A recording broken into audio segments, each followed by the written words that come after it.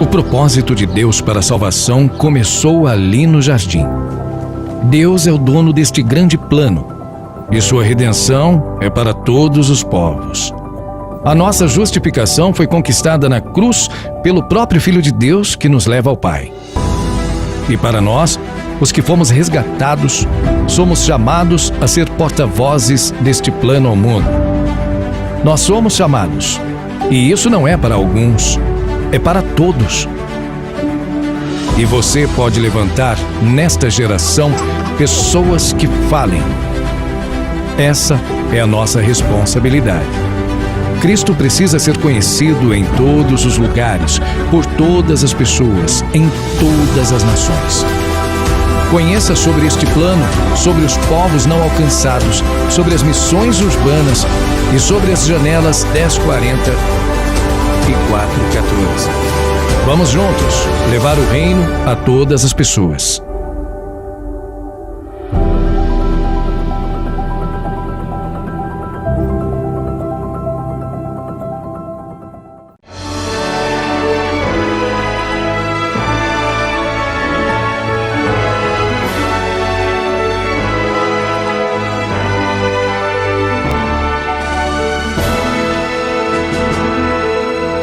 Subsídios. Lições Bíblicas. Jovens. Lição 2. A doutrina de Moisés. Com alegria eu cumprimento você com a paz do Senhor. Seja bem-vindo à nossa aula referente à segunda lição desse trimestre, no qual estamos estudando sobre o fundamento dos apóstolos e dos profetas. Na aula anterior, nós falamos da relação da Bíblia como fonte de toda a doutrina. E nesta lição, nós analisaremos a doutrina sob a perspectiva de Moisés. Isso mesmo, a doutrina de Moisés. Antes, eu gostaria de incentivá-lo a adquirir o livro de apoio desta lição. Você que ainda não adquiriu, eis aí a oportunidade. E se você adquiriu, use, porque esse material ele é feito justamente para lhe auxiliar, lhe ajudar, trazendo um aprofundamento a respeito do assunto estudado. Então, voltemos aqui a nossa segunda lição, que nesta ocasião trata sobre a doutrina de Moisés. Eu recomendo a você, como professor, na qualidade de professor, a iniciar esta aula levantando, eu diria, em torno aí de 5 questões que eu considero questões e perguntas fundamentais. A primeira é se existe doutrina no Antigo Testamento. Porque, sejamos sinceros, sempre quando pensamos a respeito de doutrina, há muita confusão. O que é doutrina, o que realmente pode ser considerado doutrina, e há uma ideia, meio que no imaginário e quase que inconsciente, de que a doutrina é algo restrito e limitado ao Novo Testamento. Então, é importante que você comece fazendo a pergunta: existe doutrina no Antigo Testamento? A segunda pergunta é: quais seriam os seus propósitos e como estão disponibilizados nas Escrituras? Então, se existe, ok. Existindo, quais os propósitos e como elas estão dispostas dentro das Escrituras? A terceira pergunta é: o que Moisés recebeu de Deus pode ser considerado doutrina?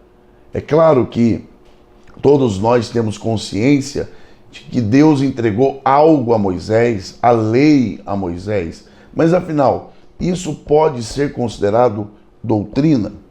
É uma pergunta interessante. Em quarto lugar, pergunte: há relação entre os ensinos recebidos por Moisés com os do Novo Testamento? E se há, quais seriam Ou qual seria esta relação? São perguntas que eu recomendo que você faça na abertura da aula referente à segunda lição, porque isso certamente vai enriquecer a sua aula e ajudar os seus alunos na compreensão desta lição. E, finalmente, quais as contribuições da doutrina de Moisés à igreja na atualidade? Então, depois de todas essas questões, fica então a última.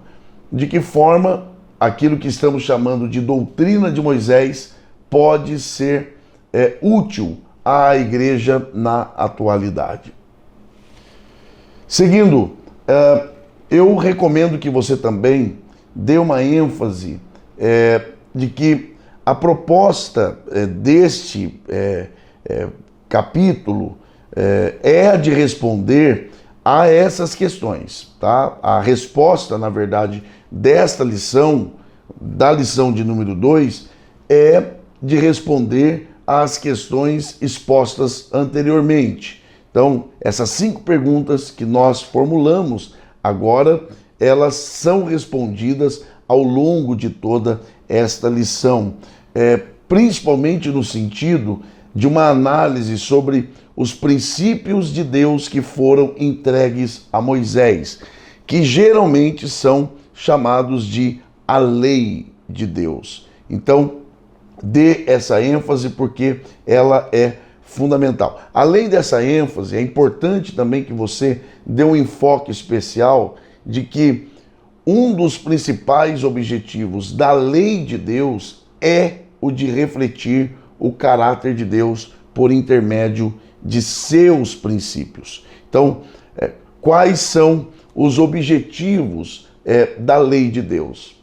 É refletir o caráter de Deus por intermédio desses princípios. A partir do momento que eu tenho acesso a esta lei, acesso a esses princípios, eu então passo a conhecer mais a respeito do caráter de Deus.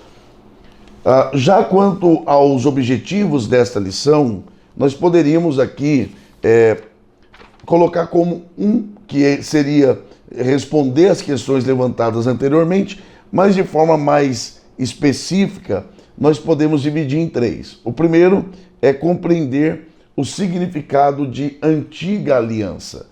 Esse é um termo muito comum. Nova aliança, antiga aliança, mas afinal, o que é a nova aliança? Ela é importante ainda nos dias atuais? Qual a relação dela conosco na atualidade? Então, é um ponto fundamental e esse é o primeiro objetivo desta lição. O segundo é o de explicar o que são doutrinas litúrgicas, ok? Isso aqui também é muito importante.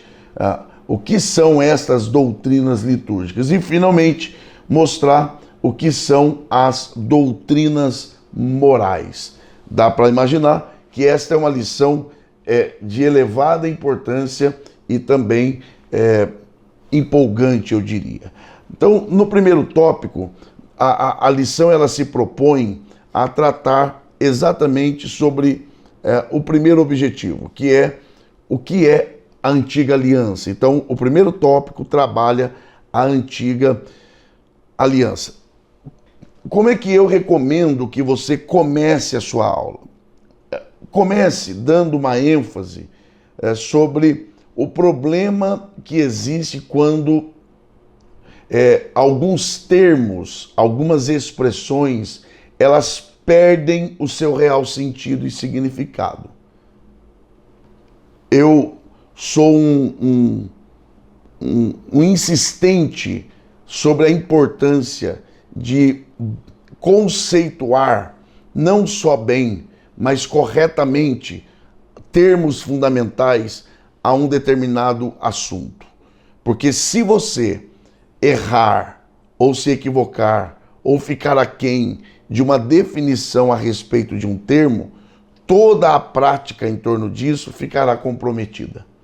Então, comece falando aos seus alunos sobre o problema de se perder de vista o real sentido a respeito de alguns termos e a importância de se ter uma definição não só boa como e principalmente correta.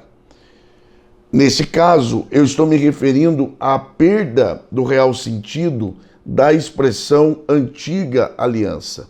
E é interessante que a expressão antiga aliança, ela sempre aparece sendo comparada à nova aliança. Quando você lê antiga aliança na Bíblia, ela sempre está ou ao lado ou sendo comparada à nova aliança. Agora, veja, me parece, e isso é importante você dizer aos seus alunos, me parece que existe uma tendência, uma inclinação quase que natural de, quando se fala sobre a antiga aliança, de tratá-la como se fosse algo negativo, como se fosse algo ruim, como se fosse algo que não trouxe e não promoveu nada de bom, tá? Por isso é importante que você destaque aos seus alunos que, por antiga aliança, de modo algum, o interesse é diminuir e nem mesmo invalidar a importância desse período na história. Então, quando a Bíblia chama aquele período que antecede e que é anterior, na verdade, a Jesus, e chama esse período de antiga aliança, isso não é uma diminuição ou uma invalidação ou uma forma de renegar esse período, mas trabalhe isso com seus alunos. Existe essa tendência, tá? Então, ao contrário de pensar que isso diminui ou invalida esse período importante da história, na verdade, esse termo remete a um período importante do plano divino na história. Ninguém em sã consciência dirá que o período que compreende o momento anterior a Cristo, Deus não estivesse trabalhando, Deus não estivesse ali presente. Pelo contrário, Deus está trabalhando. Então, uma vez que tudo que acontece nesse período, no que diz respeito à obra de Deus em relação ao seu povo, vem de Deus, então não pode ser considerado como algo a ser renegado e deixado de lado. Então, assim como a nova aliança é uma ideia de Deus, a antiga também o é. É importante que você lance essas bases fundamentais junto aos seus alunos. Até porque somente pela antiga aliança é que se pode conhecer a origem de Israel e a dinâmica daquilo que na teologia é chamado de economia de Deus. E por economia de Deus é bom que você pesquise sobre esse termo, que aí tem a ver com planejamento, plano, a execução de um plano. Inclusive eu sugiro que você estude sobre esse termo, economia de Deus, que vale a pena. Aliás, é até um assunto para você incentivar os seus alunos a conhecer também. Então, eu só posso conhecer a nova aliança, ou aliás, o povo de Israel e como Deus trabalhou através desse povo no período anterior a Cristo, por meio da antiga aliança. Então, é importante que o professor conheça também, dentro dessa antiga aliança, as muitas alianças que Deus fez com o seu povo. São muitas, são várias. Tá? Então é importante que você identifique cada uma delas. O livro de apoio apresenta de forma muito clara as principais alianças, tece ali alguns comentários e indica, inclusive, livros que poderão te ajudar nesse sentido. Aliás, no aprofundamento do conhecimento a esse respeito. Então, entre essas alianças que eu falei que existem, que estão registradas na Bíblia, no Antigo Testamento, a dos 10 mandamentos é a mais, não só a mais conhecida, como também a mais abrangente, pois esses 10 mandamentos, eles cumprem um propósito interessante de expressar de forma resumida e muito clara e objetiva o que Deus espera de seu povo em relação ao comportamento ético, moral, nos mais variados aspectos da vida. Interessante porque a nossa declaração de fé, a declaração de fé das Assembleias de Deus, ela tem ali um capítulo somente sobre os 10 mandamentos. E olha o que a nossa declaração de fé, ela diz: cremos, professamos e ensinamos que os 10 mandamentos são preceitos dados por Deus a Moisés para orientar a vida do povo de Israel. Então, essa seria a definição do propósito dos 10 mandamentos. Além disso, os 10 mandamentos também, primeiro, refletem o caráter de Deus. Segundo, mostram como Israel foi tratado por Deus como seu povo. A antiga aliança, ela deve ser compreendida no contexto de sua função e dentro de seu próprio limite e significado. Eu acho que aqui está um ponto importante. Não é que a antiga aliança seja menos ou mais importante do que a nova. Ela precisa ser avaliada dentro do seu próprio limite, dentro do seu significado. E ela se torna inferior não em termos de importância, mas em termos de validade em muitos aspectos para nós nos dias de hoje. Então não é que ela é menor, menos importante do que a nova, não. É que boa parte dela, ou quase tudo, já se cumpriu. Ela já cumpriu o seu propósito, mas ela tem a mesma importância. É que a nova, como dizem Hebreus, ela é superior. Por quê? E ela é superior por quê? Porque ela não é estabelecida e executada através de homens. Ela é executada pelo próprio Cristo. A antiga tem as imperfeições, porque quem está na vanguarda, embora seja Deus executando, mas quem está na vanguarda é o homem, então tem imperfeições. No caso da nova, não. É Cristo que está na vanguarda. Então, ela é perfeita. Então, é importante que você parta desse princípio e se aprofunde a este respeito. Um outro ponto importante é compreender que a nova aliança,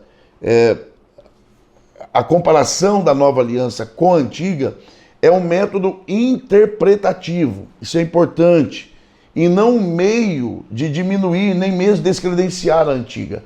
É para a interpretação do propósito, da função. Então, vamos lá, rapidamente. 3 verdades sobre a importância da antiga aliança. Destaque isso. Primeira, a existência e o conhecimento acerca da nova aliança remetem à existência de uma aliança anterior. Segundo, a referência à antiga aliança implica em buscar conhecê-la em toda a sua complexidade. Terceiro, a existência de 2 alianças, antiga e nova, confirma que ambas pertencem a um mesmo propósito. Qual é o propósito? Deus trabalhando por seu povo. Deus trabalhando pelo homem. Deus se revelando ao homem. Então, quer aprofundar? Aliás, eu diria, você precisa se aprofundar, então leia e estude a carta aos Hebreus, porque ela é a que mais trata com detalhes sobre a relação entre essas 2 alianças. E o método de comparação é o mais usado em toda esta carta. Tá?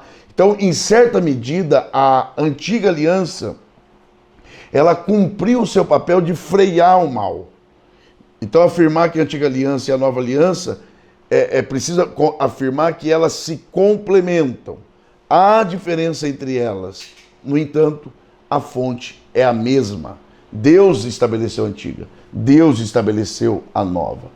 Então, procure saber aí o sentido de aliança, o que quer dizer antiga aliança, que revela o amor divino, a graça divina, a fidelidade divina e a responsabilidade humana. O espírito da antiga aliança pode ser encontrado, da nova aliança é encontrado na antiga. Você tem tudo isso aí no seu livro de apoio. Dito isso, né, esses pontos que eu considero importantes para você se aprofundar no assunto, nós chegamos então no tópico 2, que aí trata sobre doutrinas litúrgicas. Nesse ponto, eu recomendo que você comece abordando a necessidade de delimitar o assunto, porque esse é um assunto amplo, abrangente, e você precisa delimitar para você não se perder no assunto. Então, afirme isso aos alunos. Olha, nós vamos restringir, delimitar, para que a gente consiga nos aprofundar nesse assunto. E essa delimitação, ela deve ser feita da seguinte forma. Primeiro, você vai tratar sobre definição e identificação. Então, o que é e quais são. Segundo, qual é o propósito? Terceiro, averiguar o tempo de operação. Então, a doutrina litúrgica, primeiro, o que é? Segundo, quais são? Terceiro, qual o propósito? Quarto, até quando elas estiveram em vigor. Esses 4 pontos te ajudarão a não se perder no caminho e a conduzir os seus alunos a uma compreensão correta e aprofundada sobre doutrinas litúrgicas. Então, é importante também dizer que doutrinas litúrgicas também são chamadas de leis cerimoniais, ou ainda leis ritualísticas, e que fazem parte ali daquelas leis que Deus entregou a Moisés. Essas leis são de natureza religiosa, elas foram entregues por Deus a Moisés, e que esse teve que transmitir e explicar a Israel. Veja que elas atuaram aí na obtenção de perdão de pecados e outro ponto, e também visava a manutenção da relação do povo com Deus. É uma sombra, e isso aqui é importante você destacar, porque essas leis atuaram também no processo de obter perdão e manter ou fazer a manutenção da relação de Deus com o seu povo. Elas constituíam primeiro, sistema de rituais, daí a ideia de liturgia. Segundo, ordenanças e cerimônias, que incluía aí oferta de animais em sacrifício a Deus. Leis cerimoniais que consistiam em holocaustos e observância das festas religiosas. Se você dividir essas 3 partes, você vai conseguir identificar quais são as leis ou as doutrinas litúrgicas. Elas têm também o propósito de apontar e reafirmar a santidade de Deus. Então, as doutrinas litúrgicas, elas fazem com que o povo se lembre que o Deus a quem ele serve é um Deus santo, é um Deus puro, é um Deus que zela pela pureza de seu povo, pela santidade do seu povo. Mas isso também faz com que nós nos lembremos sobre o pecado do homem, mas também sobre o amor de Deus, sobre a necessidade do arrependimento, tá? E o perdão dos pecados e a restauração da esperança perdida. Olha que riqueza que você pode trazer a partir da reflexão de doutrinas litúrgicas. Lembre-se também de mostrar que as doutrinas litúrgicas tiveram o propósito de dar ao povo a oportunidade de adorar a Deus. Porque a partir do momento que vê que esse Deus é santo e que mesmo nós, sendo pecadores, Ele ainda nos ama, nos oferece um caminho de restauração, perdão, de purificação, de santificação, qual é a reação natural? Se prostrar, adorar a Deus e desenvolver uma espiritualidade saudável e agradável a Deus. Isso é, uma comunhão com Deus que reflita na sua vida prática e diária. Então, elas cumpriram, isto é, as doutrinas litúrgicas cumpriram o propósito de mostrar esse desejo de Deus em que seu povo fosse santo. Agora, é claro, é importante que você afirme aos seus alunos que essas doutrinas, com toda essa profundidade, essa grandeza, essa beleza toda, ela teve um tempo limite de atuação. E qual é? Em Cristo elas deixaram de ser necessárias. Então, esse é o tempo dela. Ela teve a sua função, ela apontou para os dias de hoje, ela apontou para Cristo, ela faz o povo se lembrar de muita coisa, mas ela tem um tempo limite. Em Cristo, ela deixa de ser necessária. Não é que não seja importante, ela não é mais necessária, porque Cristo cumpriu toda ela com perfeição e nele nós conseguimos agradar a Deus, que era o propósito original, ainda que imperfeito, das doutrinas litúrgicas. E chegamos ao terceiro e último tópico dessa segunda lição, que trata sobre as doutrinas morais. Aqui é importante você começar com a informação de que as doutrinas morais são também conhecidas como leis morais. Então, doutrinas morais ou também leis morais. Agora, aqui é importante você ver a diferença entre aliança e lei. Enquanto a aliança aponta para uma nova oportunidade de comunhão do povo com Deus, a lei é a norma para a manutenção dessa comunhão. Então a aliança lembra-nos desta comunhão. A lei é aquilo que nos dá os meios pelos quais esta comunhão ela pode ser mantida. Então é importante que você também trabalhe isso com seus alunos. Avançando aqui, as doutrinas morais, elas revelam a vontade de Deus ao gênero humano, né? Para quê? Para orientar as pessoas a obedecerem os mandamentos de Deus quanto àquilo que os homens desejam. Então, ela cumpre o papel também de estabelecer uma linha divisória entre os que as observam daqueles que se preocupam em cumpri-las. Agora, aqui é importante que você destaque que o povo precisa conhecer as doutrinas morais. Tá? Então, aqui alguns dados importantes. Primeiro, a natureza dessas doutrinas não é humana. Segundo, elas foram constituídas por Deus com a intenção de auxiliar na comunhão de Israel com Ele e viverem em santidade. Terceiro, elas cumprem o papel também de separar a verdadeira adoração da falsa adoração. E qual é o critério? A santidade como padrão de vida. Eu adoro a Deus. Ok, vamos ver se a forma com que você vive condiz com aquilo que você está falando. Então, diferente das doutrinas litúrgicas, as morais ainda são válidas. E cumprem o papel de estabelecer e apontar os limites do modo de viver de um cristão fiel. Então, de acordo com os ensinamentos de Paulo, por exemplo, essas doutrinas reafirmam a gravidade do pecado.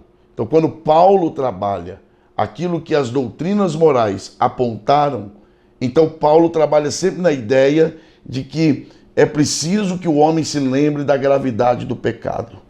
Tá? Já os 10 mandamentos, com exceção do sábado, eles normatizam a vida com Deus, com exceção do sábado.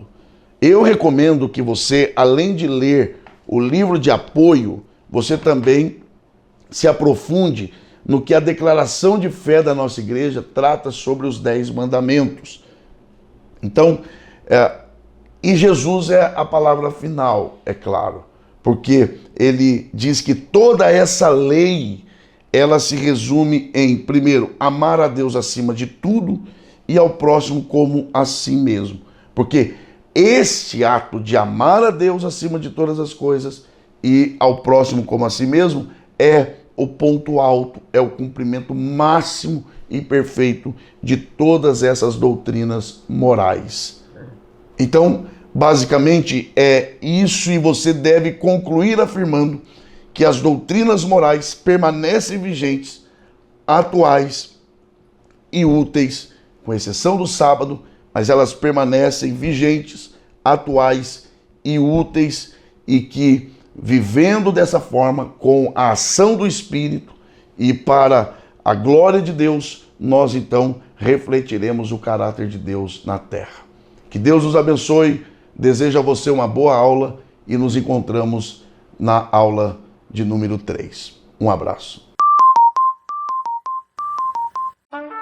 Atenção, região Nordeste! O maior evento de educação cristã está de volta. 35ª Conferência de Escola Dominical. Com o tema O Espírito Santo capacitando a igreja para o ensino da verdade.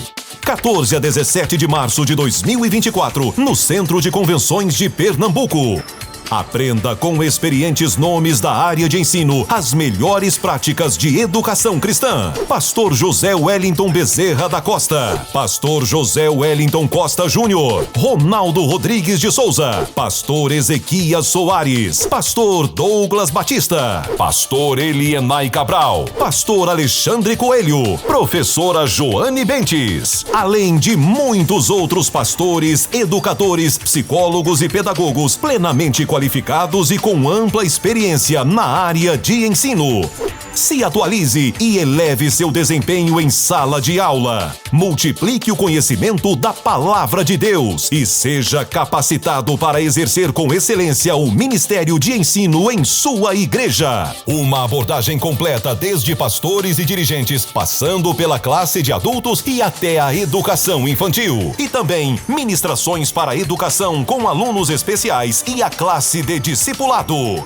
A escola dominical sendo tratada por inteiro. Serão 8 plenárias, 28 seminários, 14 workshops e diversas participações musicais. Inscreva-se pelo site coed.com.br/Recife. Informações pelo telefone 21 2406 7352 ou pelo nosso WhatsApp 21 96452 2990. Monte sua caravana. Venha participar da 35ª Conferência de Escola Dominical, 14 a 17 de março de 2024, no Centro de Convenções de Pernambuco. Uma realização CPAD, a editora da Escola Dominical.